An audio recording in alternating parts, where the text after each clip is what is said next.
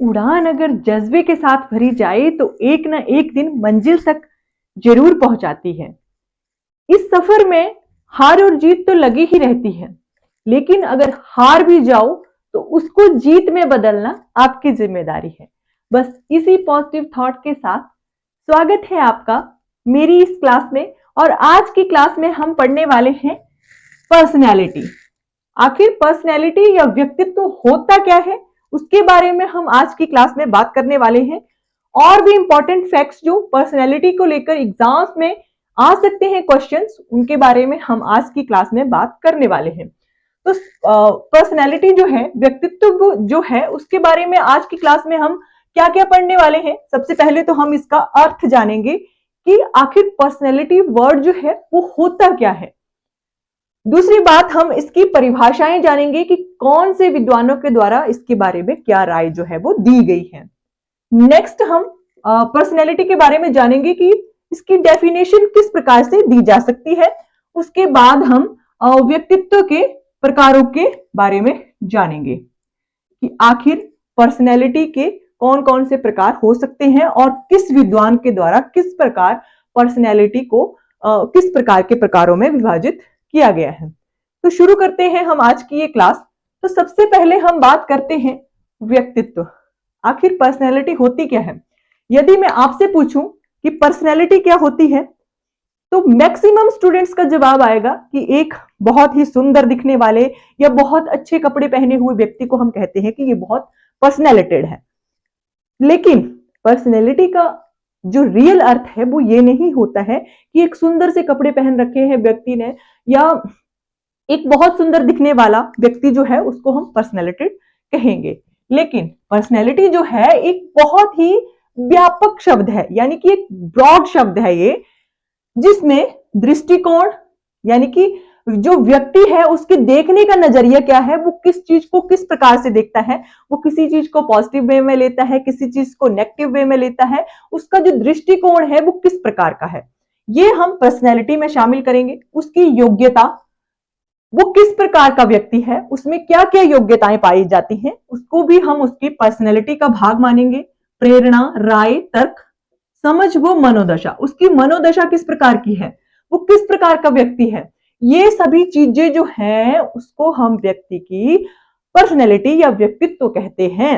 ठीक है, जब ये सभी चीजें जो एक व्यक्ति की देखी जाती हैं उसको ही हम व्यक्ति की पर्सनैलिटी कहते हैं।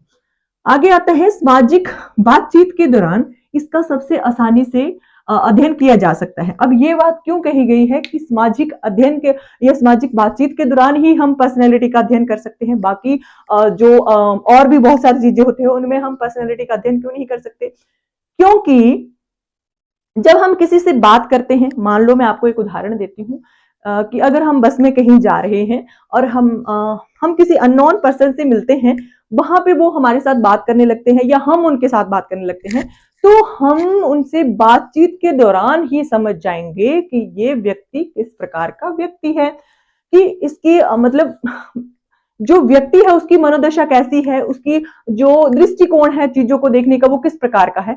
ये जो है ये आता है हमारा सामाजिक बातचीत के दौरान हम जो है व्यक्तित्व का यानी कि पर्सनैलिटी का एक बहुत अच्छे तरीके से हम अध्ययन कर सकते हैं। ये हम बात कर रहे हैं पर्सनैलिटी के बारे में, हम किस प्रकार से जान सकते हैं। तो यहां से बहुत सारे क्वेश्चन जो हैं ये बनते हैं कि पर्सनैलिटी में दृष्टिकोण, योग्यता, प्रेरणा, इन सभी को जो है वो शामिल किया जाता है। ये बात क्लियर हो गई यहां तक। अब हम बात करते हैं कि आखिर ये पर्सनैलिटी शब्द जो है ये कहां से आया है, कौन सी भाषा से लिया गया है, और सबसे पहले ये जो पर्सनैलिटी शब्द है इसका प्रयोग किसने किया था। तो ये जो वर्ड है या ये जो लाइन है इसमें से बहुत सारे क्वेश्चन बनते हैं। मैं आपको बताऊंगी कौन कौन से क्वेश्चन बन सकते हैं। यहाँ पे व्यक्तित्व को आपको पता है इंग्लिश में पर्सनैलिटी बोलते हैं। तो पर्सनैलिटी शब्द जो है ये लैटिन भाषा का शब्द है। अब आपसे क्वेश्चन में पूछा जा सकता है कि पर्सनैलिटी जो है वो कौन सी भाषा का शब्द है। वहां पे आपको 4 ऑप्शन दे रखे होंगे, जैसे ग्रीक हो गया, फारसी हो गया, लैटिन हो, मतलब 4 ऑप्शन दे रखे होंगे, तो आपने वहां पे लगाना है लैटिन भाषा का शब्द है। कौन सी भाषा का, ये पर्सनैलिटी वर्ड जो है ये लैटिन भाषा का शब्द है, आपने इस बात का ध्यान रखना है। और ये लैटिन भाषा के किस शब्द से बना है, पर्सनैलिटी वर्ड जो है ये लैटिन भाषा के पर्सोना शब्द से बना है। अब ये क्वेश्चन एक बन गया, तो यहाँ पे दो हमारे क्वेश्चन तो इसी लाइन से बन गए कि पर्सनैलिटी लैटिन भाषा का पर्सोना शब्द से बना है। कौन से शब्द से? पर्सोना शब्द से ये बना है। अब जिसका अर्थ क्या होगा? इसका अर्थ होगा बाहरी आवरण, नकली चेहरा, नकाब या मास्क, जिसको हम कह सकते हैं। अब पर्सोना शब्द का अर्थ भी आपसे पूछा जा सकता है, वहां पे 4-5 वर्ड्स लिखे गए होंगे तो आपने बताना है कि पर्सोना आखिर होता क्या है। पर्सोना क्या होता है? पर्सोना होता है बाहरी आवरण, उसको कह सकते हैं, मास्क कह सकते हैं हम, नकाब कह सकते हैं, या नकली चेहरा जो है वो हम कह सकते हैं। और ये जो पर्सनैलिटी शब्द है इसका सबसे पहले किसके द्वारा प्रयोग किया गया था? एक हुए हैं यूनानी नाटककर्ता। यूनानी नाटककर्ता, क्या नाम था उनका? उनका नाम था सिसरो। सिसरो जो है एक यूनानी नाटककर्ता थे। ये नाटककर्ता थे तो बहुत मतलब रंगमंच पे अपने नाटक प्रस्तुत करते थे। और किस प्रकार नाटक प्रस्तुत करते थे? ये करते थे एक मास्क लगाकर नाटक को प्रस्तुत करते थे लोगों के सामने, तो लोगों को उस नाटक को बहुत ज्यादा पसंद जो है वो किया जाता था। तो उसी दौरान जो सिसरो हैं इनके द्वारा पर्सनैलिटी शब्द का पहली बार प्रयोग किया गया। तो इसलिए हम व्यक्तित्व का जनक भी किसको कह सकते हैं? सिसरो को ही कह सकते हैं। तो ये क्वेश्चन एक बन गया कि पर्सनैलिटी क्या, व्यक्तित्व का जनक किसे कहा जाता है? तो सिसरो को कहा जाता है। और सिसरो किस प्रकार के मतलब क्या करते थे? सिसरो जो थे एक नाटककर्ता थे और यूनानी नाटककर्ता थे। ये आपने लाइन जरूर याद रखनी है। तो यहां से लगभग हमारे 5 या 6 क्वेश्चन बन जाते हैं इसी लाइन से कि पर्सनैलिटी लैटिन भाषा का शब्द है और ये पर्सोना से बना है, और जिसका पर्सोना का अर्थ होता है नकली चेहरा, आवरण, या फिर मास्क कहते हैं हम, या फिर नकाब कहते हैं। और ये जो वर्ड है ये सबसे पहले यूनानी नाटककर्ता जो थे सिसरो, उनके द्वारा प्रयोग किया गया था। और इसको हम, जो सिसरो हैं उनको हम व्यक्तित्व या पर्सनैलिटी का जनक भी कहते हैं। तो यहां तक हमारी जो लाइनें हैं वो क्लियर होगी और किस प्रकार से क्वेश्चन एग्जाम्स में आते हैं ये भी क्लियर हो गया। तो आगे हम बात करते हैं परिभाषाएं कि कौन सी विद्वान के द्वारा कौन सी व्यक्तित्व को लेकर परिभाषा दी गई है। वैसे तो बहुत सारे विद्वानों ने अपने अपने तरीके से व्यक्तित्व को परिभाषित किया है, लेकिन सबसे इंपॉर्टेंट जो आते हैं वो आते हैं अल्पोर्ट। अल्पोर्ट के द्वारा क्या किया गया है? अल्पोर्ट के द्वारा व्यक्तित्व को परिभाषित किया गया है। वो कहते हैं कि व्यक्तित्व उन मनोदैहिक व्यवस्थाओं का गत्यात्मक संगठन है जो वातावरण के साथ समायोजन स्थापित कर लेता है।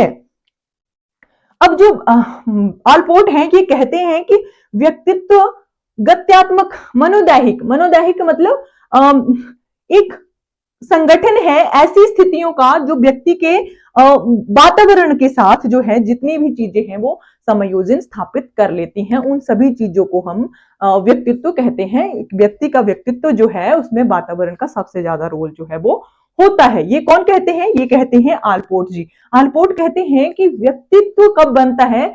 व्यक्तित्व जब बनता है तो एक व्यक्ति की मनोदैहिक, गत्यात्मक, जो उसके मन में चल रही हैं चीजें, गत्यात्मक मतलब चल रही हैं चीजें, उसके मन में जितनी भी चीजें या उसके जो विचार हैं, दृष्टिकोण है, सभी को मतलब जितनी भी चीजें हैं, संगठन है एक तरह से ऐसी जो चीजें जो वातावरण के साथ जो है वो समायोजन स्थापित कर लेते हैं। अब यहाँ पे मैं अगर आपको उदाहरण दूं, जैसे एक व्यक्ति है वो किसी बहुत ही एजुकेटेड, बहुत ही रिच कल्चर में जाता है, या रिच किसी पार्टी, मान लो आप पार्टी में जाता है, तो वो वहां पर उस तरह की अपनी पर्सनैलिटी लेकर जाता है, उस तरह का अपना व्यक्तित्व जो है वो लेकर जाता है। वो खुद को एजुकेटेड या खुद को रिच दिखाने की जो है वो कोशिश करता है। उसी तरह से अगर वही व्यक्ति एक नॉर्मल से पार्टी में जाएगा, वहां पे मतलब गांव के लोग हैं, सभी उसके जानने वाले हैं, तो वो वहां पे उसी तरह की पर्सनैलिटी लेकर जाएगा जिस तरह के वहां के लोग हैं। तो ये सबसे अच्छा उदाहरण है कि वातावरण के साथ एक व्यक्ति जो है वो समायोजन कर लेता है कि उसको कौन से वातावरण में किस प्रकार का अपना व्यक्तित्व जो है वो दर्शाना है। तो ये कौन बात करते हैं? ये करते हैं अल्पोर्ट जी बात।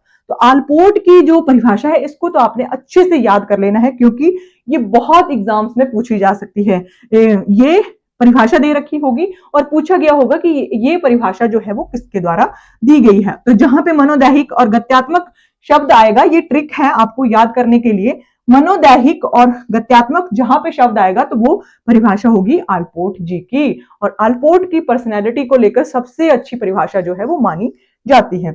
नेक्स्ट परिभाषा की अगर हम बात करते हैं तो ये है गिलफोर्ड जी की। ये परिभाषा भी इंपॉर्टेंट है, और क्यों इंपॉर्टेंट है, क्योंकि इनके द्वारा बहुत ही छोटी एक लाइन में परिभाषा जो है वो दी गई है। मैक्सिमम स्टूडेंट्स जो हैं छोटी परिभाषा की तरफ जाते हैं, क्योंकि सभी को लगता है कि बड़ी परिभाषा है तो टफ होगी, और छोटी परिभाषा की तरफ हम जाते हैं जो हमें आसानी से याद हो जाएगी।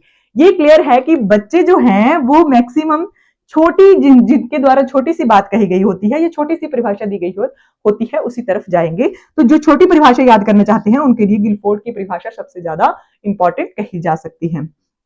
तो यहाँ पे गिलफोर्ड जो है वो पर्सनैलिटी को किस प्रकार से डिफाइन करते हैं, ये कहते हैं कि व्यक्तित्व व्यक्ति के गुणों का समन्वित रूप है। अब ये कहते हैं, ये व्यक्तित्व को, पर्सनैलिटी को ये किस प्रकार कहते हैं, ये कहते हैं कि व्यक्ति में जितने भी गुण हैं, उसके चाहे किसी भी प्रकार के गुण हो, जितने भी गुण हैं, अगर उनको समन्वित किया जाए तो एक व्यक्ति की पर्सनैलिटी जो है वो बनती है। एक व्यक्ति जो है वो पर्सनैलिटेड बनता है, एक व्यक्ति का व्यक्तित्व जो है वो बनता है गुणों का समन्वय करके। तो ये किसकी परिभाषा थी, गिलफोर्ड की। एक ही लाइन की परिभाषा है और छोटी सी परिभाषा है, इसको आप आसानी से याद कर सकते हो। वैसे तो आलपोर्ट की अगर परिभाषा याद कर पाए तो सबसे अच्छा है, क्योंकि आलपोर्ट की परिभाषा सबसे ज्यादा आसान भी है और सबसे ज्यादा इंपॉर्टेंट है।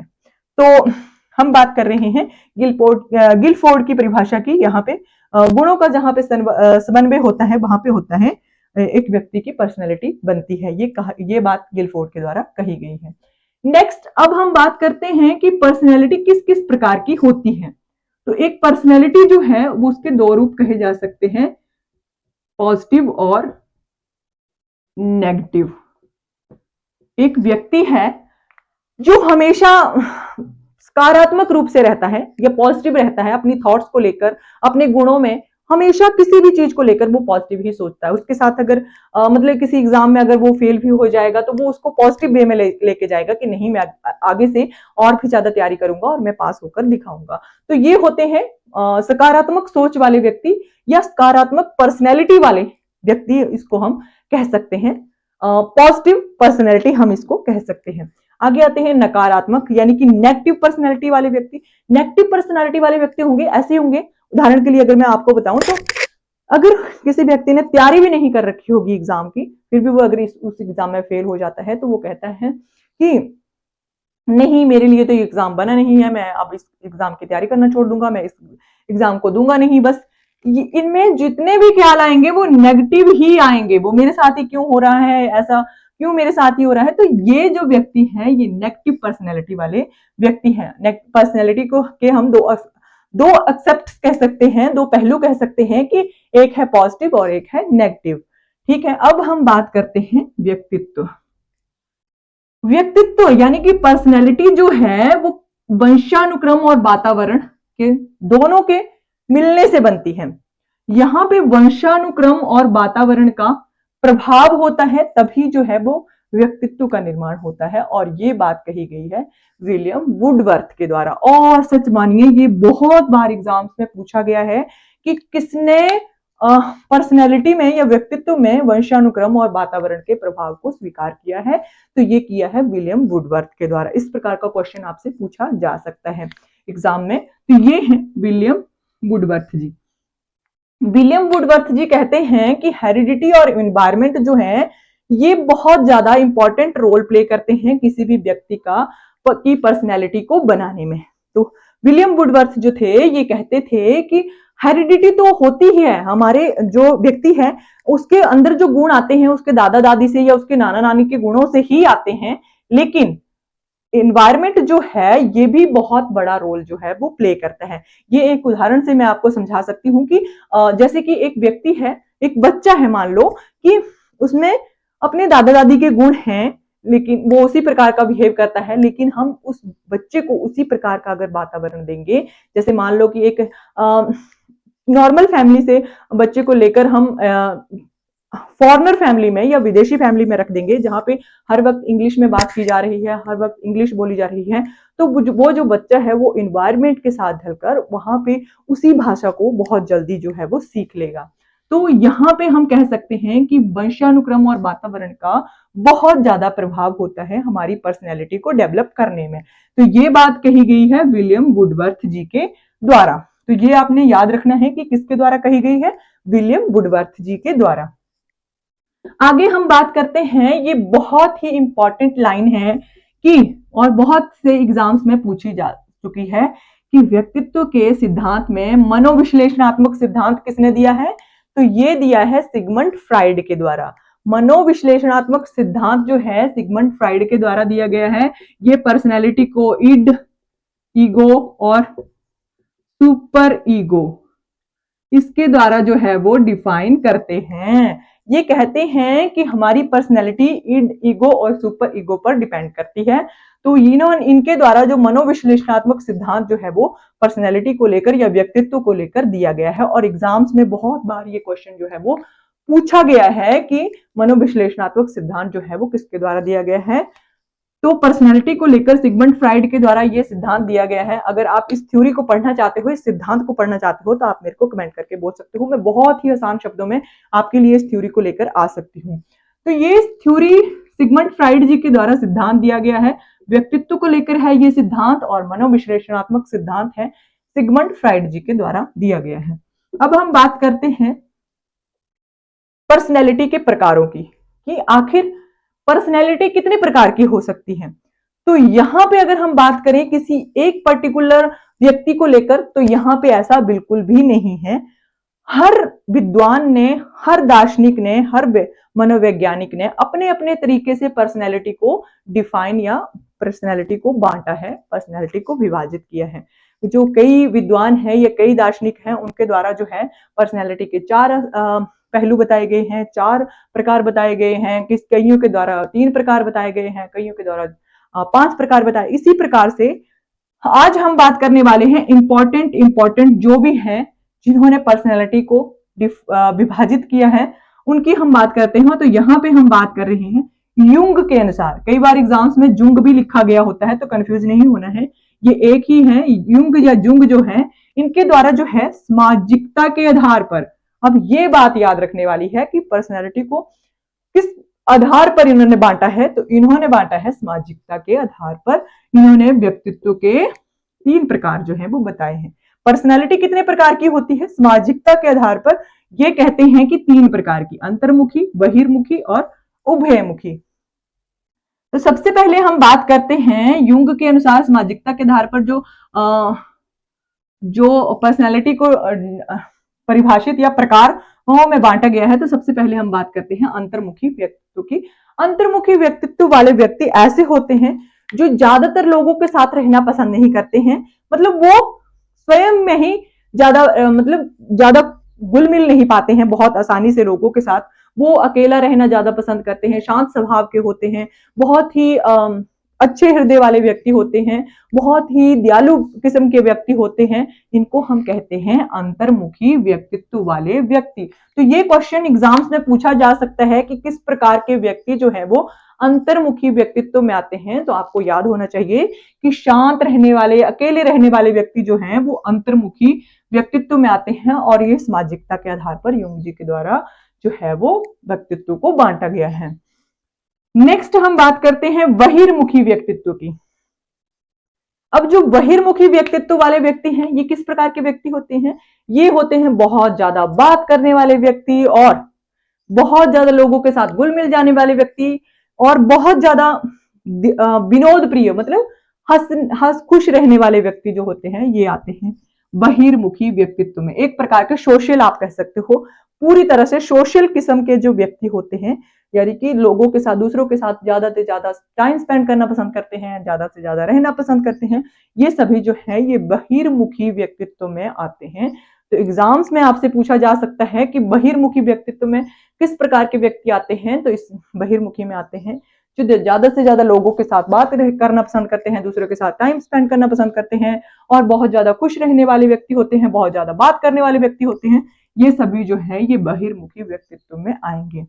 नेक्स्ट यहाँ पे है उभयमुखी व्यक्तित्व। अब उभयमुखी व्यक्तित्व की अगर हम बात करें तो ये कैसे होते हैं? इनमें अंतर्मुखी और बहिर्मुखी दोनों का समन्वय जो है वो होता है, यानी कि दोनों ही तरह को मिला दिए जाए तो ये आते हैं उभयमुखी। मतलब अगर इनको मौका मिलेगा तो ये बहुत ज्यादा बात करेंगे, अगर नहीं मिलेगा तो ये बहुत ज्यादा शांत रहेंगे। तो इसी प्रकार के दोनों का जब समन्वय हम स्थापित कर देते हैं तो वो बनते हैं उभयमुखी व्यक्तित्व वाले व्यक्ति। नेक्स्ट हम बात करते हैं अब भारतीय दृष्टिकोण से या भगवत गीता के अनुसार। और भगवत गीता में व्यक्तित्व को किस प्रकार से बांटा गया है, कौन से आधार पर, गुणों के आधार पर। अभी हमने युंग के द्वारा पढ़ा तो इन्होंने बांटा था सामाजिकता के आधार पर, सामाजिकता के आधार पर पर्सनैलिटी को बांटा था, और भगवत गीता में पर्सनैलिटी को गुणों के आधार पर बांटा गया है। तो भगवत गीता में गुणों के आधार पर पर्सनैलिटी को किस प्रकार से बांटा गया है, ये कहते हैं कि एक होता है सतोगुणी व्यक्तित्व, रजोगुणी व्यक्तित्व और तमोगुणी व्यक्तित्व। तो सबसे पहले हम बात करते हैं सतोगुणी व्यक्तित्व। भगवत गीता में कहा गया है सतोगुणी व्यक्तित्व ही सबसे उत्तम व्यक्तित्व है। सतोगुणी पर्सनैलिटी वाले जो व्यक्ति हैं वही सबसे ज्यादा अच्छे हैं। क्यों माना गया है, क्योंकि ये सर्वगुण संपन्न इनको कहा गया है भगवत गीता में। क्यों कहा गया है, क्योंकि ये बहुत ज्यादा ईश्वर में आस्था रखने वाले होते हैं, भगवान को मानने वाले होते हैं, पूजा पाठ करने वाले व्यक्ति होते हैं। मतलब इनमें सभी तरह के गुण जो हैं वो पाए जाते हैं। आगे आते हैं रजोमुखी। अब रजोगुणी जो व्यक्तित्व है इनमें कौन कौन से व्यक्ति आते हैं, इनमें आते हैं कर्म पर विश्वास रखने वाले व्यक्ति, यानी कि वो ईश्वर में कम विश्वास रखेंगे, इनमें गुण भी होंगे और अवगुण भी होंगे। ये ईश्वर में कम विश्वास करके कर्म में ज्यादा विश्वास करेंगे। तो ये जो है ये होते हैं रजोगुणी व्यक्तित्व वाले व्यक्ति। आगे आते हैं हमारे तमोगुणी व्यक्तित्व। तमोगुणी व्यक्तित्व कैसा होता है, इसको पूरी तरह से भगवत गीता में एक नेगेटिव पर्सनैलिटी के रूप में डिफाइन किया गया है। ये बहुत ही झगड़ालू किस्म के, बहुत ज्यादा मतलब पूजा पाठ में नहीं विश्वास करने वाले और कर्म में भी नहीं विश्वास करने वाले, ये होते हैं एक तरह के झगड़ालू किस्म के व्यक्ति, बहुत ज्यादा गुस्से वाले, बहुत ज्यादा क्रोध वाले, बहुत ज्यादा अग्रेसिव रहने वाले व्यक्ति, इनको हम रखते हैं तमोगुणी व्यक्तित्व में। इनको पूरी तरह से एक तरह से नेगेटिव पर्सनैलिटी के रूप में डिफाइन जो है वो किया गया है भगवत गीता में।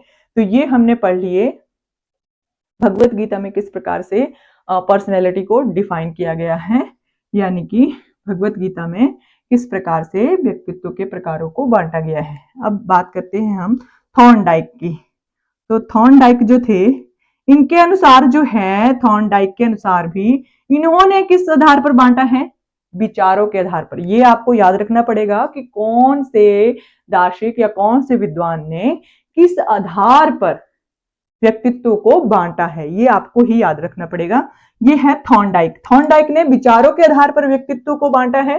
थॉर्नडाइक जी कहते हैं कि एक होते हैं स्थूल विचार वाले, एक होते हैं सूक्ष्म विचार वाले और तीसरे होते हैं प्रत्यय विचारक। तो स्थूल विचार वाले व्यक्तियों को ये कहते हैं कि ऐसे व्यक्ति जो मानचित्र में या किसी भी चीज की सहायता से किसी भी कार्य को करने की कोशिश करते हैं, किसी भी तरह के विचार जो हैं वो अपने प्रस्तुत करते हैं। मतलब एक तरह से वो एक किसी चीज की हेल्प लेकर अपने विचार जो है प्रस्तुत करते हैं। उदाहरण के लिए मैं आपको बताऊं तो ये जो है, ये जैसे मानचित्र बनाएंगे, उसमें किसी भी जगह को ढूंढेंगे, उसको हम कहते हैं स्थूल विचार वाले व्यक्तित्व। आगे आते हैं सूक्ष्म विचार वाले। सूक्ष्म विचार वाले कैसे होते हैं, इसमें वैज्ञानिक, गणितज्ञ और भौतिक शास्त्री, जितने भी प्रकार के वैज्ञानिक होंगे वो आएंगे सूक्ष्म विचार वाले व्यक्तित्व में। आगे आते हैं प्रत्यय विचारक। प्रत्यय विचारक कैसे होते हैं, इनमें आते हैं भौतिक शास्त्री और गणितज्ञ। मतलब कि ये क्या करेंगे, किसी फॉर्मूला की हेल्प से अपने विचार जो है वो प्रस्तुत करेंगे खुद को डिफाइन करने के लिए। तो ये हमने बात कर ली थॉर्नडाइक के अनुसार। थॉर्नडाइक ने विचारों के आधार पर पर्सनैलिटी को बांटा है। भगवत गीता ने गुणों के आधार पर पर्सनैलिटी को बांटा है। युंग या जुंग जो है इन्होंने सामाजिकता के आधार पर बांटा है। तो यहाँ पे हमने पढ़ लिया कि व्यक्तित्व को किस किस प्रकार से बांटा जा सकता है। मनोविश्लेषणात्मक सिद्धांत जो है वो सिगमंड फ्राइड के द्वारा दिया गया है। आगे आता है वंशानुक्रम और वातावरण, जहां पे हेरिडिटी और एनवायरनमेंट दोनों का प्रभाव पड़ के एक व्यक्तित्व का निर्माण होता है। ये बात कही गई है विलियम वुडवर्थ जी के द्वारा।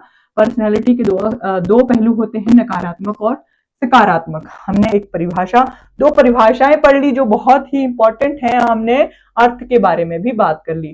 तो यहाँ पे मेरा मानना है कि आपके ऐसे बहुत सारे क्वेश्चंस हैं, 15 से 20 क्वेश्चन तो आपके इस टॉपिक से क्लियर हो ही गए होंगे कि किस प्रकार हम व्यक्तित्व को डिफाइन जो है वो कर सकते हैं।